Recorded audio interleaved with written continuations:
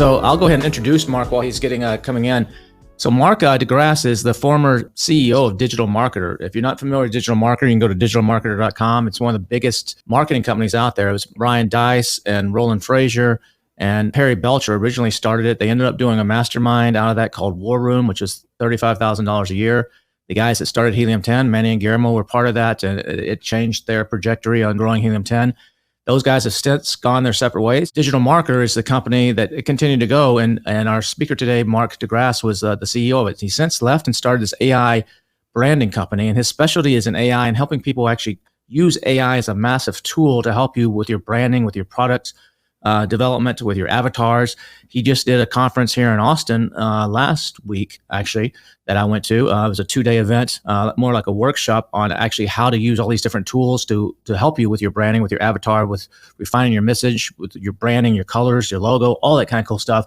It's an important thing, and there's some really good tools out there. So he's going to be coming on today to share with you how you can use the latest technology to actually help you develop your brand. Because, as sellers on Amazon now, it's becoming more and more about branding than it is just about finding a product opportunity. And that branding can go from the advertising to the color schemes, to the logo, to the avatar, to how your product makes people feel and what problems it solves. So that's what Mark's going to be coming on and talking about. But Mark's got a little presentation that he's going to share with you. And I think probably blow you away with some really cool stuff that you haven't thought about and some different ways to approach everything that you're doing as an Amazon or e-commerce seller. So Mark, welcome, man. Thank you. I'm going to go ahead and let you get into it because I know you got a lot of cool stuff to cover. Awesome. Yeah, usually way too much stuff. So I'll just start by kind of talk about branding, because a lot of people, I think, don't know the definition of branding and definitely don't understand the impact that it has on marketing. But after 20 years in marketing, I'm actually in Austin because I sold a company that I built through organic marketing and specifically content marketing.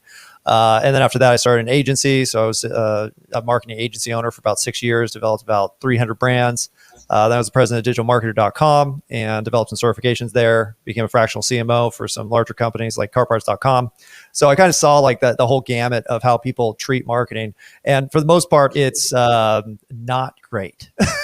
Because what's happened over the last 10, 20 years is we've all become really dependent on paid media, where the only way to essentially get revenue was to constantly get new customers, where it's like the name of the game is acquisition. And as long as you can get new customers all the time, you're going to be profitable. But unfortunately, that's not going to work for too much longer because there's going to be a lot more competition. And specifically on Amazon, you've probably seen that, where they've opened up the market to more sellers. And now you're having to deal with competition from the entire planet. And they don't, necessarily play by the same rules that, you have dealt with before. And that's all because of this, kind of focus on new. And my proposition from just being in the marketing, industry and seeing all these different businesses develop is that the only way you're going to be profitable in the future is by retaining customers. And so instead of having acquisition being the name of the game, like, I just got to keep on getting more stuff, the real name of the game in the future is going to be about retention. It's going to be about community building. It's going to be about lifetime customer value. That's the specific metric that I'm recommending everybody get obsessed over because of AI specifically. Advertising is going to get really automated, and what's going to happen is there's a lot more advertisement competition. And so instead of just a few people know how to figure out the algorithm, you're going to have AI basically making it like automatic, because the one thing that AI does really well, or two things, are pattern recognition and consistency, where it's not going to get bored. It's not going to get upset over how the ads are going. It's just going to keep testing and testing and testing. It's going to figure it out. So it's just the perfect situation for paid media. So as that starts to happen, ad costs are going to go up really high. And eventually you're going to have a situation where maybe you don't make money off your first sale. Maybe the first sale is always a loss, or maybe it's break even, but it's definitely not making you money. So the only way to make money in the near future is really going to be just repeat sales. And so the only way to get repeat sales is by developing a relationship with the customer. And the only way you're going to do that is if they know who you are, they know what you do, and they know that they could depend on your credibility, your authority, to trust that the next item you're going to sell them is going to be good. And this, again, hasn't been the norm because it didn't have to be. You could just get new customers all the time. But in addition to AI coming online, the world's different than it was 2, 3, 4 years ago, where people had more money. People were less discerning about where they bought from, and nobody really cared, where it came from or what it was made out of or anything. And now you're seeing, and this has been a trend probably for the last 10 years or so, but now people really care about where stuff comes from, what it's made out of, how it's made. All these different factors are becoming more and more important. So all of this leads to, how do I, build this relationship with the customer so they trust me when I tell them to buy something, and then they come back and buy over and over again. And that's really what branding is all about. It's like, how do I make an impact on my customer so much so that they see anything online or they see anything in person, they think of me. Instead of going to, Amazon search, they know, okay, I'm going to come to this company because this company knows, how to make good product, knows how to deliver that product well. And I trust them because I've done this business so many times. And fortunately, what we have now is AI, where you can develop a brand, like a real brand, where, if you say like, what is branding? Everybody quotes like, oh, it's Apple. Apple has brand down, or Nike has brand down. And they do, but they're also billion-dollar companies. You're not going to do what they did the way they did it, because they did that over 25, 50, 100 years. You don't have that kind of time. And honestly, you don't need that kind of time, because we have online marketing and we have AI. And so what we do at my business is we actually teach marketers and business owners how to manage their marketing in a way that builds brand with every single action you take. And now you're able to start building that community and do what I call privatizing your following, where you're not dependent on, say, Facebook for your community, or you're not dependent on even Amazon in that case, where you're like, no, I built up a list of people, or I built a private community where I could contact them whenever I need to. And, they trust me because I've worked with them for so long. And now my revenue stabilizes, my retention goes up like crazy. And now I have a business that's not just sustainable, but it's worth a lot more money because, somebody else will want that stability. They'll say, oh, well, I could just buy this other brand and they built up all this awesome content and they have an awesome presence and their customers love them. How much does that increase the value of your company overall? Probably significantly, because the majority of businesses just rely on EBITDA, or they rely on, maybe their customer list, but more likely it's just like, here's the revenue and here's the product suite. So if you could build a brand, now you have a tangible, or intangible technically, asset that another business will want, because they'll not just be buying the manufacturer or the product, say, but they'll be buying the community, and they'll be buying the goodwill that you've generated through the brand itself, which is huge. I mean, it's in terms of like, say, a big business trying to attack a new marketplace, they're much more likely to be successful if they just buy somebody who's already there, already has a community, and already has trust. So when you're doing this brand building that I'm going to describe today, you're not just doing it because, hey, I want to retain some customers. You're doing it because you're building your company into a real asset that will command a much higher price when you go to sell. A price that's not necessarily dependent on your current revenue or even your current product suite. It's just the brand. So that's why, or kind of how I got into branding. It's funny because I was never real. I always liked branding. I'm very visual and I love content, and that always lends towards branding. But the more I researched, the more I was like, it's not just products that sell well because of branding. It's literally every successful concept that we've ever had in the history of humanity. Because every religion, what do you have to have like a religion?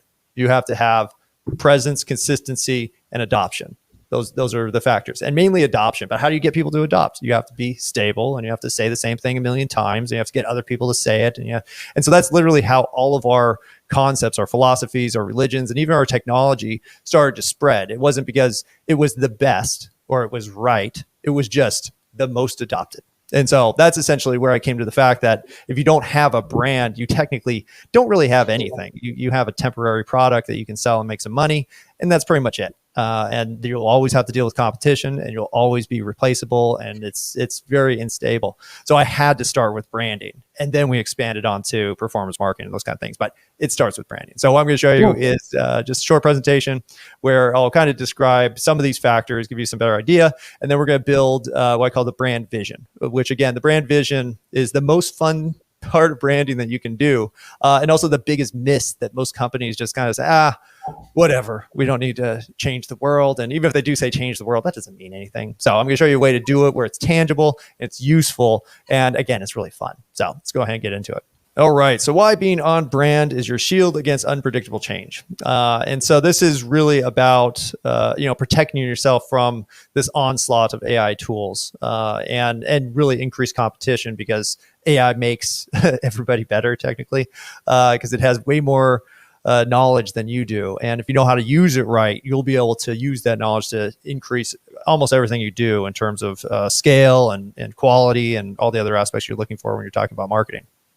So why do some companies thrive for years or decades despite the changing technologies, while others fail or flounder? And so if you look at, companies like Amazon, Apple, Coca-Cola, Toyota, Nike, Microsoft, like these are mainstays, but they were pretty similar size to these ones at one point, right? Blockbuster, Nokia, Yahoo, BlackBerry, MySpace, Kodak, and those companies fail.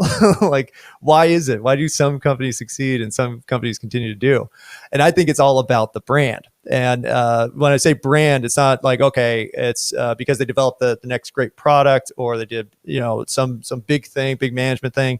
No, most of the time it's just consistency. They were consistent with their message. They were consistent with their vision, and they just propagated that one thing over and over and over again. Now, Apple now isn't the best case study, but they were the best case study, because what people were buying when you were buying Apple wasn't like a whiz bang phone. They were buying intuitive design that was easy to use. And intuitive design that's easy to use is infinitely expandable. They can make cars, they can make airplanes if they wanted to, they can make pillows. Like, you can really expand it into any concept just with that one phrase. What you can't do is continue to make people buy DVDs, because how would that work? Nobody uses DVDs anymore. Now, Blockbuster, they had the same opportunity that every other company had. They were Netflix and Blockbuster were competitors at one point. And instead of, adopting to the new market, being consistent with their vision, which if you think about Blockbuster, what was really the vision? It was, their vision was to get everybody into the store and spend, $10 on renting a DVD for a night, which back then that was like $50. But you can't expand that. And so their vision was so limited that they just couldn't continue to expand doing the thing they were doing over and over again. They weren't capable of that. And so, the brand is really the only thing that you can have that's sustainable. And I don't know if you can, I'm going to play this. Let me see if you could hear the vision if you want to tell me, Kevin. But basically, it's Alex Hormozi kind of talk about his realization about brand, that no matter how good he got at performance marketing, when it really came down to it, if he didn't have a brand, he had nothing. And it goes on with Branson was quoting the same or similar things. And then Ogilvy, he was also in there quoting. So I'll send that video so you guys can see it. But it's pretty interesting that even at like the high, because everybody thinks that branding is like this super high level thing. Like they're the only people who can afford it. But really, it's for everybody. And the reason why is because branding is all about recognition. And recognition is what you need in every interaction you have with a customer. And when I say every interaction, I don't just mean like, at checkout, at customer care.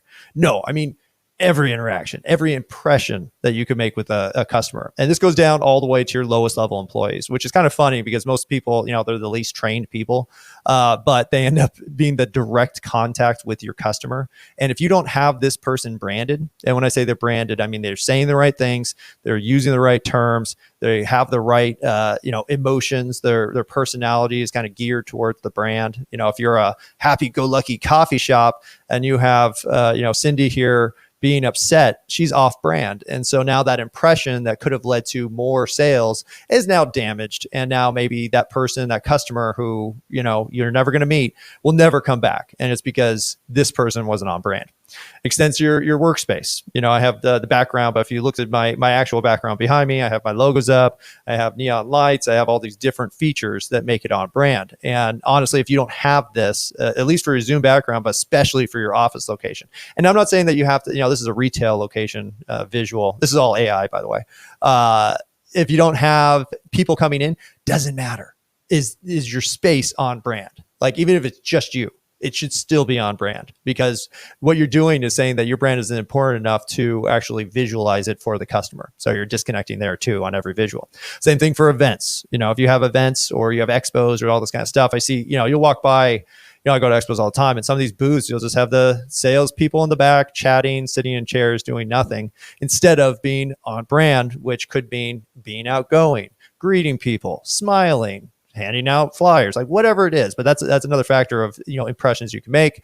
Your internal team, I always talk about how branding should be integrated into your HR policies, into your operations, because if the people who are making the decisions for your company aren't doing that with the vision of the company in mind, who are they doing it for? They're doing it for themselves. And so what happens is, instead of having a group of people moving towards the same direction at the same time, you have a bunch of individuals that have their own objectives, their own visions for what they should be doing. And now essentially what you have is a company full of individual brands. And does that increase, your ability to sell? Probably not. And then finally, you have your senior managers where you're saying, okay, are they making decisions like the founder would want them to, or the owners of the company would want them to? Is their personality correct? Is their management style correct? Like all of these aspects, while to date have been very difficult to create, AI is actually allowing you to make sure that all of these factors could actually be on brand. So every single interaction, every single touch point that you have with the customer is now on brand, and you're increasing the perceived value, the authority. It sounds like I'm just talking about the ideal scenario, but you experience this all the time with brands that you frequent. You don't just frequent any brand. You took time to select that brand, and now you've bought that from them over and over and over again. And the funniest part is that's not about being the best brand or the best product, because everybody says like, oh, well, or the assumption is that the best products always make it. And that's not true at all. Does McDonald's have the best hamburger? Does Starbucks make the best coffee? Just look at the biggest people in any industry and say like, is that really the best that anybody could do? No, but they're consistent enough where I'll take something that's pretty good over something that's perfect because I know I could get pretty good over and over and over again. So that's another, kind of myth of branding, is that you have to be good. You don't. You just have to be consistent. Okay, so everybody knows this, but we still don't do it. And unfortunately, it's getting much more important. And I described a lot of this at the beginning about why it's much more important, but it's all about retention, and then also the changes of modern marketing. And so modern marketing is it's the Wild West right now. It's all the systems. I talk to hundreds or thousands of marketers all the time. I've done over 1,000 podcasts. I can do these events and speaking and all this kind of stuff. And everybody is saying similar things where basically the line is, stuff I did in the past isn't working today. That's the situation. And so these are just some of the situations we're facing in marketing: soaring ad rates, mass layoffs, declines in SEO conversions, decreasing social media engagement, lower email open rates, algorithm changes impacting traffic, increased customer acquisition costs, decreasing brand loyalty, regulatory challenges, technological disruption, negative public sentiment, and increased focus on data privacy. These are all very difficult things that, in marketing, we haven't had to deal with before, and they're all happening at the same time. And then you have what I mentioned in the beginning, which is the actual economic situation is much different too, where people have less money, the debt rates are higher, people are getting laid off, political strife, disaster. I didn't even put disaster in here, and that's been a big one. But all these things are impacting decisions as well. And then you have big companies like Google coming out and say, oh, search urgency is slowing. Like it's, and that's why you see kind of Google is shifting theirs. It still works. I actually just did an article about that, but this is long-term trends. Social media, social media was kind of a bastion of free speech and being able to contact everybody. Now you have TikTok might get banned in America. Then you have, again, the paid media, it's just increasing. Prices are increasing. And then we actually have new reports that are showing that a significant amount of traffic online isn't actually people. It's just bots kind of pinging off of each other. And so I've heard up to like 70% is actually just bots clicking on your ads. And so if you think about this kind of stuff, you're kind of like, oh my gosh, like what data is actually good? Now, Amazon, if you have that, they have internal tracking and they have direct connection to their transactions. So it's much less, I don't know, not fraudulent, but shaky as this information. But this is really what we're dealing with, and it's hard. And so, if you think like, okay, everything's broken, what can you possibly do in this situation? Nothing's working anymore. And that's really why, I come back to, we've been spoiled by paid media and easy attribution. Because as a marketer, you're always looking for, okay, if I do this, this is going to happen. Like that's attribution. So, okay, I run the ad on Google and then I get a sale. Okay, I know where the sale came from. And so that's why paid media got so popular, because you could finally say the thing I did led to this much money. But that's starting to be shaky. And because we became so spoiled on that, we forgot about customer relationships, we forgot about innovation, and we forgot about long-term growth. We were all about the now, because why not? It was totally working. It's, you can't even blame people for doing it. But these things have happened too, where customers are feeling, unwelcome or not taken care of. Most companies, if you look at really the development over the last 20 years, yeah, we've had some tech stuff happen, but back when, I grew up in the 80s and 90s, like we had tech stuff, we had big things happen all the time. It was just kind of like a constant, scaling of of improvement. And it kind of just stopped because honestly, it didn't have to continue. You could make money without building customer relationships and without innovating new products and without, actually worrying about long-term growth. Because even as an entrepreneur, you could be like, well, I'm just going to sell once I get to a certain size. So I don't care about long-term growth. I'm going to get to, an 8-figure exit. I win. And now I'm going to go hang out for a while. And that's kind of been the mentality of everybody. And that's why you've seen things happen the way they are. But, because of this paid media thing, because of the AI, because of the changes to digital marketing in general, these are coming back. And so how do you manage these things? So what you need to do is build a brand powered by consistency, dedication, and information. And that's content. And the information side is actually a bigger piece that I'm trying to convince people of because of AI. Because what's happening with AI is all AI, ChatGPT especially, is really powered by like 10 to 15 years of data that we had online. And that's great, but people change a lot. Situations change a lot. And now everybody's using AI to create content. So is it original content? Because original content is going to get much more valuable. And then if you use AI to essentially track that content so you could trademark it, now you have proprietary data that's going to be very valuable to AI models that are going to get weaker as the content gets worse. And so in addition to all the brand stuff I described at the beginning in terms of, hey, you can make a company that makes a lot of money when you sell, this is another piece to it that could make it even more valuable. Where, like you could say the AI Branding Academy, we've probably produced about 600 pieces of content on our website in the form of graphics and pages and videos and courses and all this kind of stuff. How much is that going to be worth to a business that wants to get into the space and doesn't want to have to do all that work? Pretty good. So by defining your brand, employing AI to ensure consistency, and creating tons of content, you can secure your future. And this is all connected. So actionable insights: longest lived brands aren't just on brand today, they're on brand always. Branding is recognition, and recognition needs to be ingrained in every interaction you have. Many marketing methods are no longer working like they used to, and the only way to ensure your brand survives current and upcoming changes is through branding. And finally, it's time to get back to customer relationship building, innovation, and long-term growth. Now, all of that sounds like a ton of work. I know, because I've built the processes to correct it. But because of AI, because AI essentially gives you the ability to be much more capable than you are based on your experience and your skills. You could build a solid brand really easily by just setting parameters on your brand and then using AI to make decisions. And this will simplify your marketing. It'll simplify your hiring of marketers. It'll simplify almost every project you have, because it's no longer a brainstorming whiteboard time, right? Like, oh, we're going to do an AI campaign. Oh, how are we going to sell this product? Oh, how are we going to develop the next product? It'll be hey, AI, based on my vision, based on my values, based on the current performance of the company, what's the best path I should take? Not to say you're going to take it, but imagine you could just ask somebody that question, not a biased person like an employee or customer or your mom, but somebody who, something that's impartial to the situation and doesn't care and just says logically and based on the parameters you gave, this is the best path. How great would that feel? It feels fantastic. You might, and even because you still have to execute it. And that's the part where people, kind of misconstrue what AI is going to do, because they just think, oh, AI is just going to do it. It's like, no, there's still quite a bit of work to do. So if you're worried about that, don't worry.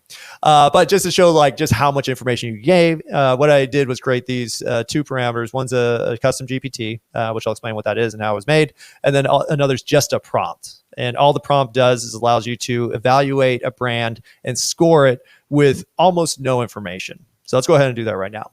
Okay, so this is the quick brand assessment prompt. I recommend using Perplexity.ai. So Perplexity is similar to ChatGPT, but it's much more integrated with the current internet environment. So ChatGPT is basically powered by years of data. Perplexity isn't. It just could look up stuff better than Google, essentially, and do really cool things like what we're going to do right now. So all you have to do is grab this prompt. And this is basically judging any brand you want based on these parameters. So does anybody have a website, like the brand website they want to share? We'll go ahead and assess it right now. Let me look. Yeah, I see some people, Zesty Greens from Jeanette. That's the website. Let's go and grab the link.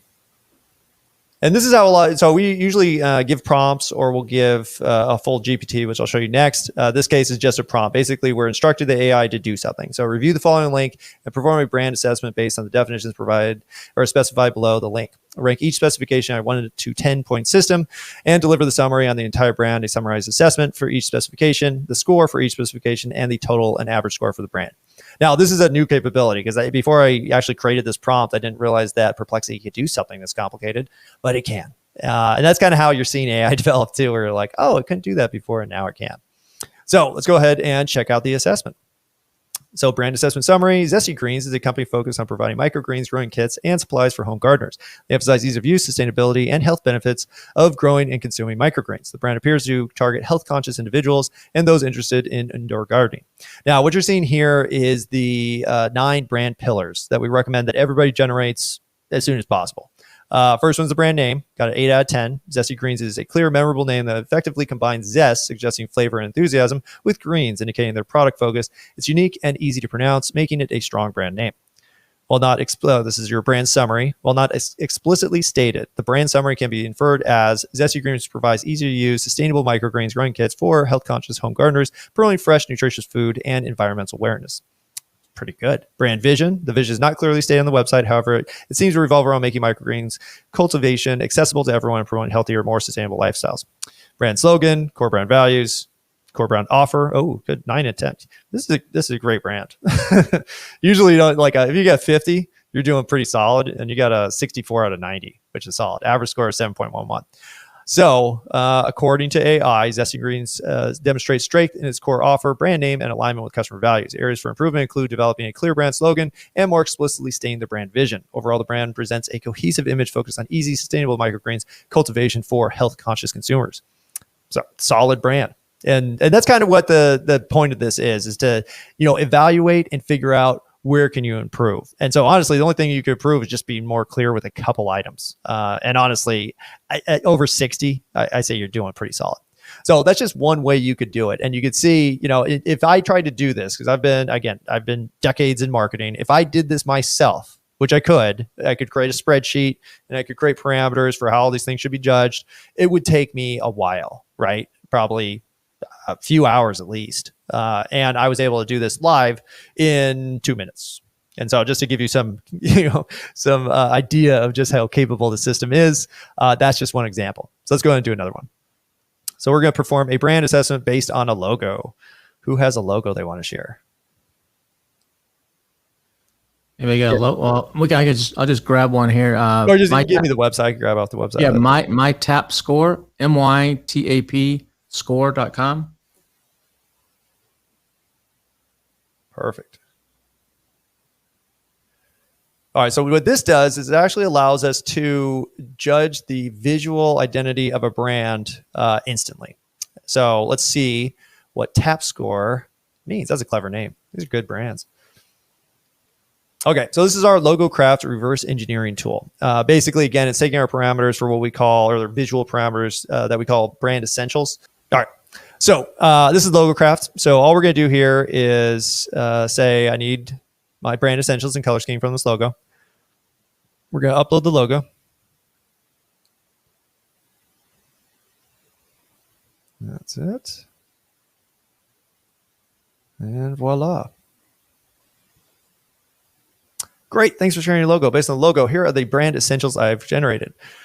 And it goes through basically these parameters that help drive what we call the AI brand blueprint, which is eventually leads to, I'm not going to describe how this is done, but eventually leads to the creation of an AI marketing department that allows you to, basically perpetuate all these things that are learned just by assessing your brand.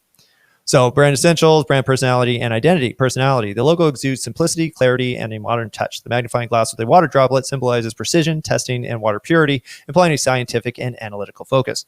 Identity. It positions the brand as trustworthy, focused on detailed examination or scoring, likely in relation to water. It emphasizes a balance of technology and transparency.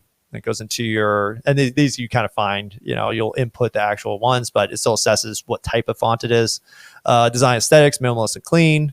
Tone and messaging. The messaging is one of professionalism mixed with approachability, scalability. Simple design ensures the logo maintains legibility across various formats, from small digital icons to large-scale physical signage. I'm gonna skip that one, and we're gonna go to mood and emotional resonance. This one I like the most because it really, gives you an idea of if you're hitting what you were trying to do or not. In this case, it says the mood, the logo evokes a feeling of confidence and trust, coupled with an invitation to engage with a brand that provides clarity and reliable information. That's solid. And then it keeps on going. So, actually, we use this tool for a few different things, and it'll actually generate your color scheme just based on your logo. So when I was developing the 300 brands, when I was working with my agency, that's how I would develop most websites. I wouldn't start from scratch because that was going to take too long. I basically reverse engineered their logo so I could say, okay, here's how I stay consistent with the brand by focusing on the logo only. And then it allows you to do that. And so essentially what AI is doing is something that took me decades to do, and it does it almost instantly. Now, once you have this information, what you could do is generate style guides that you could then employ to manage marketing projects. Imagine you're trying to build a new website and you don't want to answer 5,000 questions and you don't want to have 5,000 meetings to figure all these things out. The contractor or your internal employee could actually just query the AI. And so in terms of your operation, how much better does it get, on top of how much better does it get just because you're on brand all the time? So that's the gist of it. I could keep on going, but I want to leave time for comments. This whole thing basically leads into what we call the AI brand blueprint, and that allows you to create the marketing department, which then you'd manage all of your content, performance marketing, and branding with. This is just the start of what Mark does with his AI Brand Academy. And it can take you through the whole thing of actually developing all the avatars and developing the whole, so you know how to target your advertising and everything. It's pretty amazing what you can do when you properly combine AI tools with this massive amount of data, like he said, that's been out there for 20 something years. And just look at what he just did in just a few minutes. That literally this would have taken a staff of people quite some time to do. And they might have charged you about $25,000 for a little 5-page report. And that's the key right there, because really, if you're going to do it right, that's what big companies do. When I was with big companies, if they needed a single job done, they go out, they'd do a quoting process, they'd spend $50,000 a month, and then they'd trash half the projects. And I was like, this is a waste of money and time. So if you do this right, though, if you get your brand parameters done right, then you're able to do, I'll share my screen again. So for me, because I just assessed my logo, and I have a very simple logo, but I was able to generate, a daily video series. Here's my podcast. I shot 60 episodes in, I think, a month and a half. And I generated my own magazine in a weekend called Magazine Mark. And you could download all the stuff on my website. It's all free.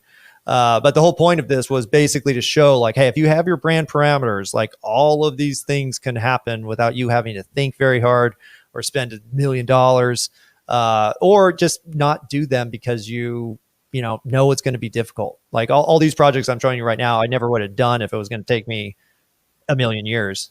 Actually, this is my favorite page because it shows who did all the work. It was me.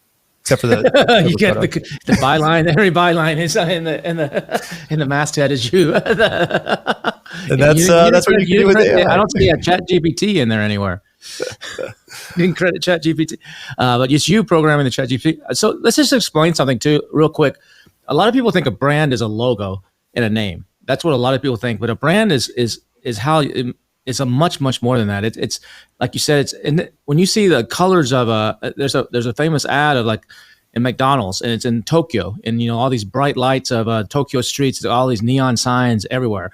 And there's one little yellow mark at the end. It's like the McDonald's yellow. And you don't even see the M, but you know that's the McDonald's. You're like, there's I think that's a McDonald's down there. Or if you see Tiffany blue, if you see a blue box anywhere and you're at all familiar with jewelry, it's Tiffany blue. Or you see, sometimes you're driving down the street and you don't, I just had this happen at a CVS. I was driving looking for a pharmacy, and I was like, where's the CVS? And I saw a building, square building, stucco brick building, whatever, and up at the top was just a red bar going across the top. It's like, that's a CVS. Yep. And I didn't even see the logo. Or I just knew that's a CVS. And that's when you do proper branding, that's where it gets to, and it's consistency. And that's where a lot of people, I think a lot of you that are watching this mess up, is you're not consistent between your Facebook ads and your Amazon ads and your packaging. You're designing, you're having independent people design each thing, and there's no consistency. If I see a Facebook ad and it's got yellow and green stripes in the ad, I don't know, maybe someone's wearing a yellow and green striped shirt. I'm just making this up on the fly. When I hit click that to go to your landing page, it needs to be yellow and green stripes. It needs to match and have a consistency. And the only way to do that is actually to do what Mark is showing you here, which you used to have to pay tens of thousands of dollars for someone to do, or spend months of your time figuring this out. And create what's called a brand guide. The TAP score guy, he said, this looks like it came from our brand guide. It sounds like he's actually created a brand playbook, a brand assessment. It says, these are the fonts we use. These are the colors we use. It's Pantone number 562 and 2007 or whatever that. And anybody that's doing your artwork, anybody that's doing your graphics off of Fiverr or Upwork or whoever's doing it, that you always give them this and say, follow these rules. Always use these 3 fonts. Always use these 3 colors, or whatever the colors are. Our logo always has to be in the top left, and it has to be 1/4 of an inch off the right. Off the edge, or whatever it may be, whatever the rule. But you establish all that so it's a consistent look, and then customers start identifying that. And then anytime you do something, it comes out, and And when you see a white box, a nice white box, you don't even have to see the Apple logo on top. You probably know that's an Apple product because it's some cool looking box. So that's where you got to get your brand on, and that's what Mark was saying is in today's world with Amazon. Making money on that first sale is becoming harder and harder. You got to make money on repeat sales. And by extending that brand, that doesn't mean you have to have a continuity program where people are buying supplements every single month. That's great. If you are dog treats or something where every month you're automatically shipping them, that's perfect. But even if you're just selling spatulas and that was your first product, you got to expand off of that so that people are like, this spatula is cool. And I like the way it looks, and I like the wooden handle, and I like the package it came in. Oh, they just came out with a barbecue thongs or prongs or whatever. And so it extends that brand. Or if that's right for your avatar. I don't even know if that's the right product for your avatar, but by doing this exercise and using the AI to help you refine this can be very magical, very massively time saving, and save you a ton of money. Mark, I appreciate it. Thanks for coming on today, man. Thanks, Joe. That was tons of fun. Really enjoy the community. You guys are great.